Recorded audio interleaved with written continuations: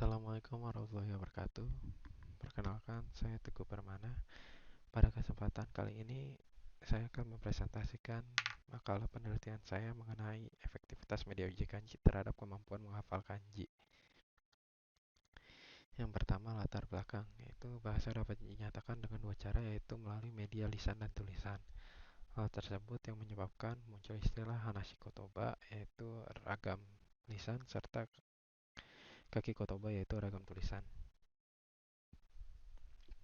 Lalu yang selanjutnya adalah jumlah kanji yang ada cukup banyak, yaitu menurut Takebe dalam Renaria tahun 2004,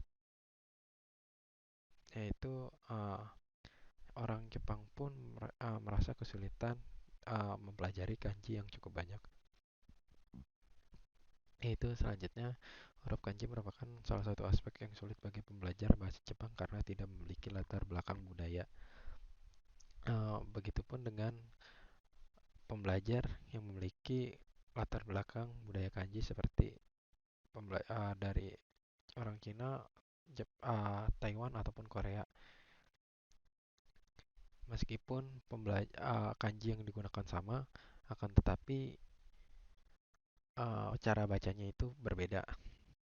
Dan selanjutnya itu yang menjadi latar belakang yaitu era revolusi industri 4.0, yaitu di mana pembelajar itu memiliki kebebasan belajar dari manapun. Salah satunya itu melalui aplikasi. Nah, salah satu aplikasi itu yaitu Uji Kanji, di mana Uji Kanji itu merupakan media pembelajaran kanji berbasis website dan aplikasi yang bisa diakses dimanapun dan kapanpun. Itu selanjutnya identifikasi masalah. Pembelajaran kanji masih terbilang konvensional sehingga variasi dalam pembelajaran minim. Dan yang kedua, memerlukan media pembelajaran yang terintegrasi teknologi serta informasi dalam pembelajaran kanji. Yang selanjutnya, pembatasan masalah.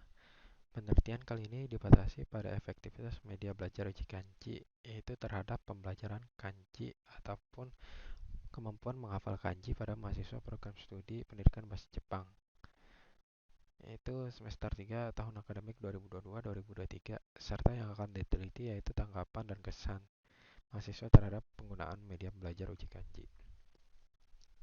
Lalu dapat diputuskan rumusan masalahnya, yaitu bagaimana efektivitas penerapan media uji kanji terhadap kemampuan menghafal kanji N3, yaitu kenapa di sini N3 sebagai patokan dari peneliti.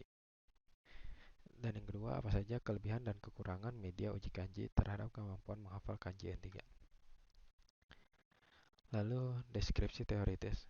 Nah, itu yang pertama, teori belajar dan pembelajaran. Belajar adalah perubahan tingkah laku seseorang akibat dari pengalamannya dengan lingkungan sehingga menimbulkan stimulus dan respon antara dirinya dengan lingkungan. Lalu untuk media pembelajaran. Nah, media pembelajaran adalah suatu alat perantara komunikasi antara guru dan siswa sehingga merangsang pikiran, perhatian, dan minat serta kemampuan peserta didik. Sehingga proses pembelajaran yang terjadi untuk mencapai tujuan pembelajaran terjadi secara efektif serta efisien. Lalu fungsi media pembelajaran. Itu menurut Ega Rimawati, fungsi media pembelajaran dibagi menjadi 4 fungsi, yaitu fungsi atensi, afektif, kognitif, dan kompensatoris. Selanjutnya, manfaat media pembelajaran. Menurut Ega Rimawati, manfaatnya yaitu meningkatkan proses pembelajaran dan hasil pembelajaran siswa sehingga sehingga materi yang tersampaikan lebih sederhana serta akan tetapi tetap maksimal, serta peserta didik dapat cenderung lebih fokus dan kondusif. Lalu jenis media pembelajaran, yaitu menurut Ega Rimawati diklasifikasikan menjadi 5 jenis, yaitu media visual, audiovisual, media komputer, Microsoft PowerPoint, dan internet. Nah, lalu penelitian relevan. Yang pertama yaitu penelitian dari Givari Nurasmit tahun 2019 yang berjudul Penerapan Takoboto dalam Pembelajaran Kanji. Nah, di sini media yang digunakannya yaitu Takoboto, yang dimana aplikasi tersebut berupa kamus bahasa Jepang. Hasil dari penelitian tersebut di sini dikatakan cukup efektif, namun akan tetapi nilai dari pretest, kelas kontrol dan kelas eksperimen tidak terpaut uh, jauh. Lalu untuk selanjutnya yaitu dari penelitian dari Budiman tahun 2014 yaitu yang berjudul efektivitas pembelajaran kanji dengan menggunakan Wins Pro Emulator Game Nazote Oboeru. Media yang digunakannya adalah game Nazote Oboeru yang dipadukan dengan emulatornya yaitu Wins Pro yang merupakan emulator dari konsol Nintendo DS.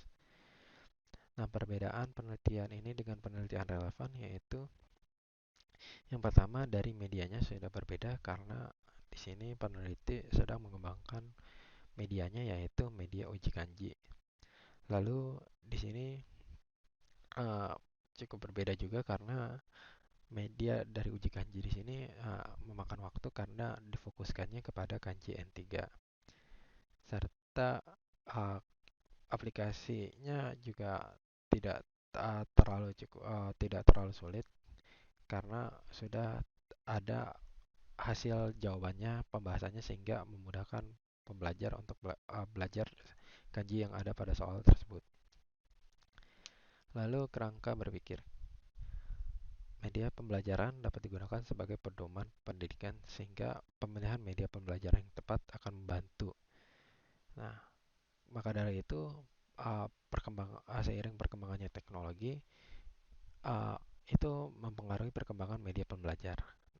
Nah, salah satunya itu media uji kanji. Nah, di mana media uji kanji di sini mendukung pembelajaran secara daring maupun luring karena peserta didik dapat mempelajari materi kapanpun dan dimanapun serta mengerjakan soal-soalnya secara mandiri dengan membuka aplikasinya. Nah, topik-topiknya juga topik-topik yang disajikan dapat dikemas oleh guru dalam bentuk materi yang sudah ada sebagai pembekalan untuk dibagikan kepada pembelajar cara daring maupun luring. Lalu hipotesis penelitian, yaitu hipotesis nolnya itu yaitu penerapan media uji kanji tidak efektif, serta hipotesis kerjanya yaitu penerapan media uji kanji efektif.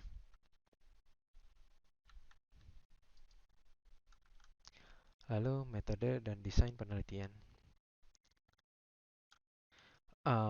Dalam penelitian ini, peneliti menggunakan metode penelitian eksperimental murni karena di mana di sini terdapat dua kubu di mana hasilnya ini akan mengetahui dengan membandingkan dua kubu tersebut. Hasilnya dengan yaitu dengan desainnya yaitu menggunakan pretest dan posttest di mana akan terlihat perbedaan dari pretest dan posttest. Lalu populasi dan sampel penelitian. Nah, populasi dalam penelitian ini yaitu mahasiswa semester 3 program studi pendidikan bahasa Jepang Universitas Negeri Jakarta tahun 2022-2023 dan sampelnya adalah kelas A mahasiswa semester 3 kelas A sebagai kelas kontrol dan kelas B sebagai kelas eksperimen. Lalu variabelnya yaitu yang peneliti menentukan variabel independennya uh, yaitu penerapan media uji kanji karena media tersebut yang akan dijadikan perlakuan kepada kelompok eksperimen untuk dilihat keefektivitasannya. Lalu variabel dependennya itu kemampuan menghafal kanji N3. Lalu uh, instrumen penelitiannya yaitu tes. Tes di sini yang digunakan yaitu pretest dan posttest. Lalu di sini selanjutnya ada angket di mana angket di sini akan melihat kekurangan dan kelebihan dari media tersebut sehingga dapat dikembangkan untuk menjadi lebih baik. Lalu teknis analisis datanya yaitu peneliti sudah menetapkan formatnya yaitu nilai 1 sebagai benar dan 0 salah. Jadi jumlah skor yang didapat dibagi skor maksimal dikalikan 100, itu merupakan nilainya. Lalu analisis data statistik. Nah, untuk mencari nilai rata-rata yaitu melalui pretest dan posttest, lalu akan dicari rata-rata dengan menggunakan rumus sebagai berikut. Selanjutnya menghitung standar deviasi X dan Y dengan rumus sebagai berikut. Lalu untuk menghitung standar error mean kedua variabel adalah sebagai berikut. Cari standar error perbedaan mean X dan Y sebagai berikut. Menghitung T hitung adalah sebagai berikut. Nah, lalu untuk analisis data statistiknya. Yang pertama untuk uji hipotesis. Nah, hipotesis kerjanya yaitu penerapan uji kanji itu efektif, sedangkan hipotesis nolnya itu penerapan media uji kanji tidak efektif. Nah, itu bisa dilihat dari dengan membandingkan T hitung dengan T tabel dengan rumusnya yaitu DF atau DB sama dengan N1 ditambah N2 hasilnya lalu dikurangi 2. Lalu dengan rumus tersebut yang tadi telah disebutkan, diperoleh rumus T-tabel pada taraf signifikan 5%. Apabila T hitung lebih besar dari T-tabel, maka H0 ditolak dan H kerja diterima. Dengan kata lain, terdapat pengaruh yang signifikan antara variabel X dan Y. Lalu untuk analisis data angketnya adalah sebagai berikut. Sekian dari presentasi saya. Kurang lebihnya mohon maaf. Wassalamualaikum warahmatullahi wabarakatuh.